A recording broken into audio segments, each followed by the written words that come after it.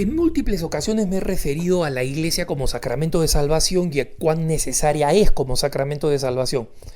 Entonces, algunos hermanos, hermanas, lectores de Así Prensa, me han pedido que aclare un poquito cuál es este concepto de la iglesia como sacramento de salvación. Miren, es relativamente sencillo y se basa en lo que hizo Jesucristo. Muchos hoy día tratan de plantear o presentar a la iglesia como una institución humana que no tiene que ver o tiene muy poco que ver con Jesucristo.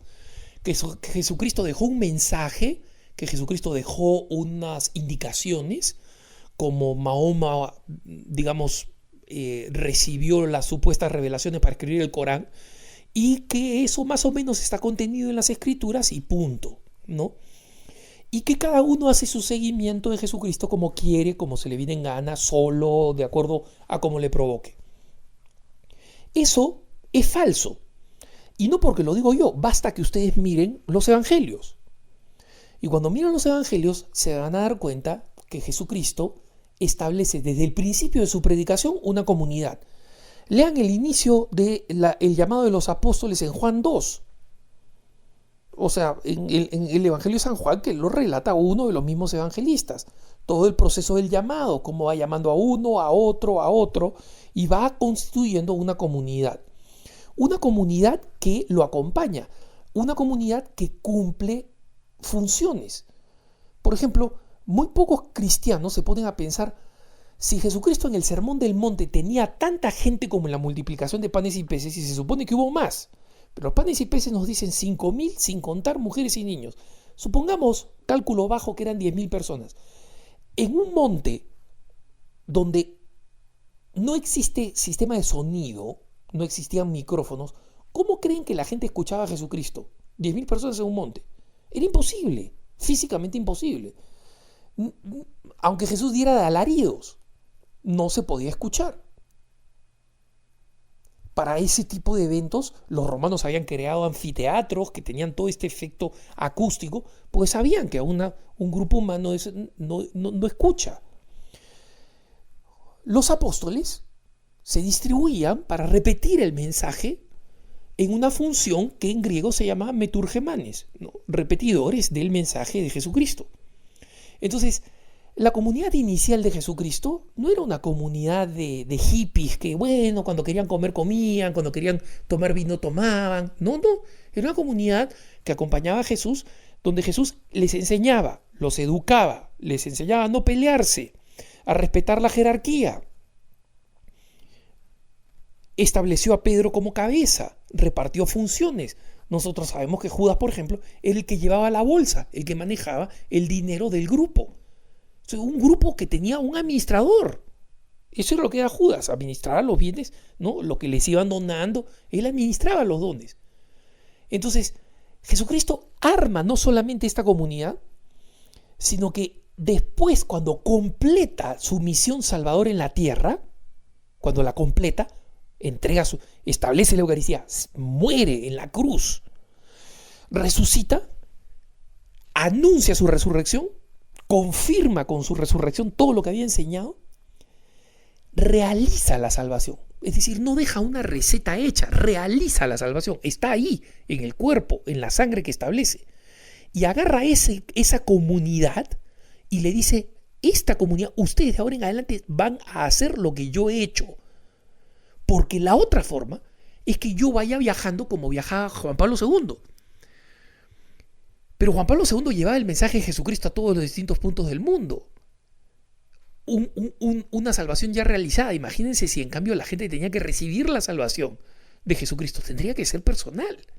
¿Y qué modo más ineficiente con los billones de seres humanos que hay ahora?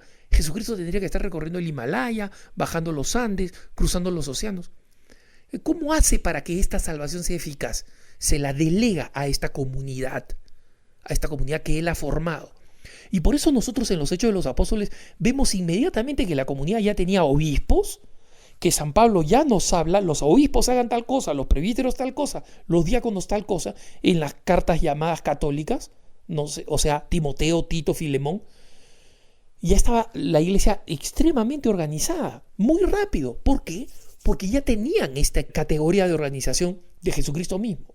Entonces, la salvación es transmitida por esta comunidad. Ahora, ¿cuál es el nombre que en arameo, la lengua de Jesucristo y la lengua de los apóstoles, recibía una comunidad orante?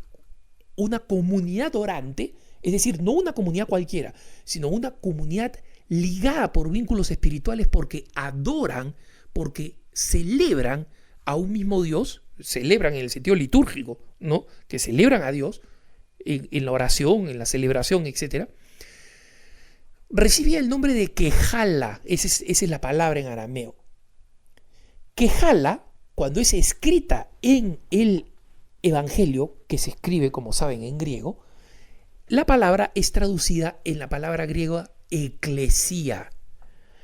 Y esa palabra eclesia es traducida al latín ecclesia, que luego es traducida a las lenguas de origen latín en iglesia en español, chiesa en italiano, église en francés, etc. Esglesia en catalán, la lengua de mi mamá. Pero esa es la iglesia.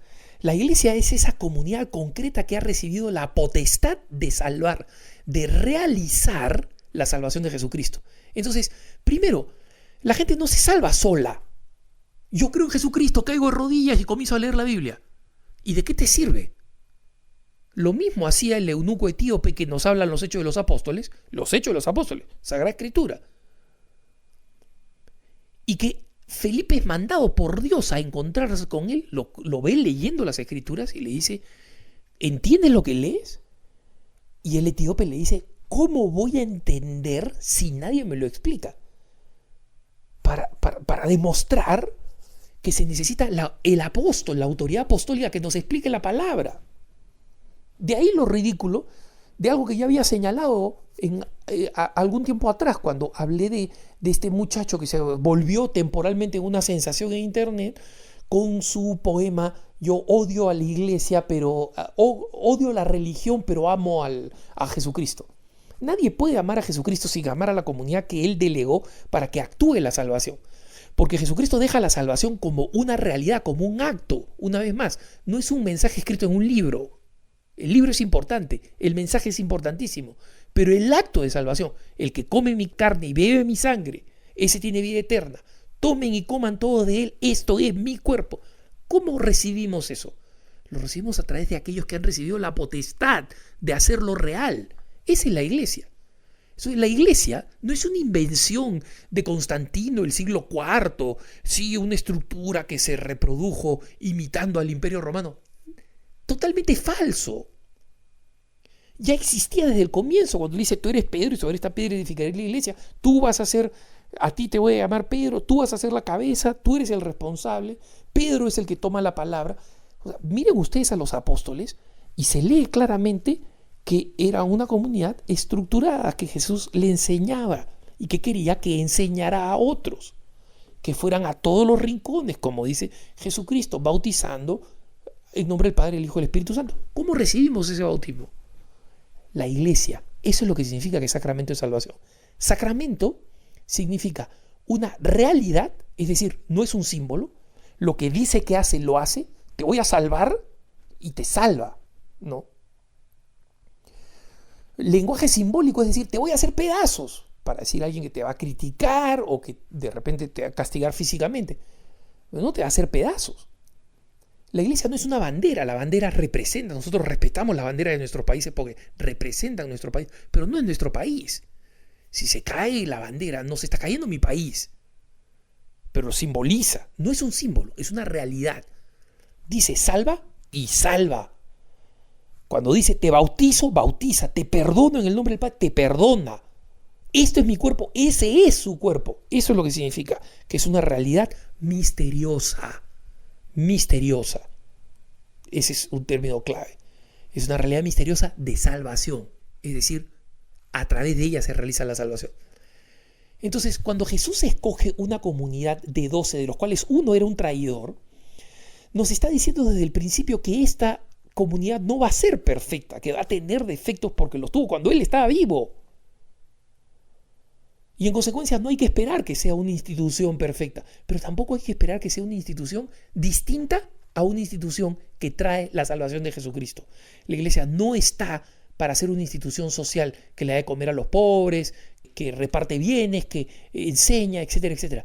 Todas esas cosas forman parte de la misión esencial de la iglesia. Sobre esos actos de caridad, sobre esas obras de misericordia, vamos a ser juzgados.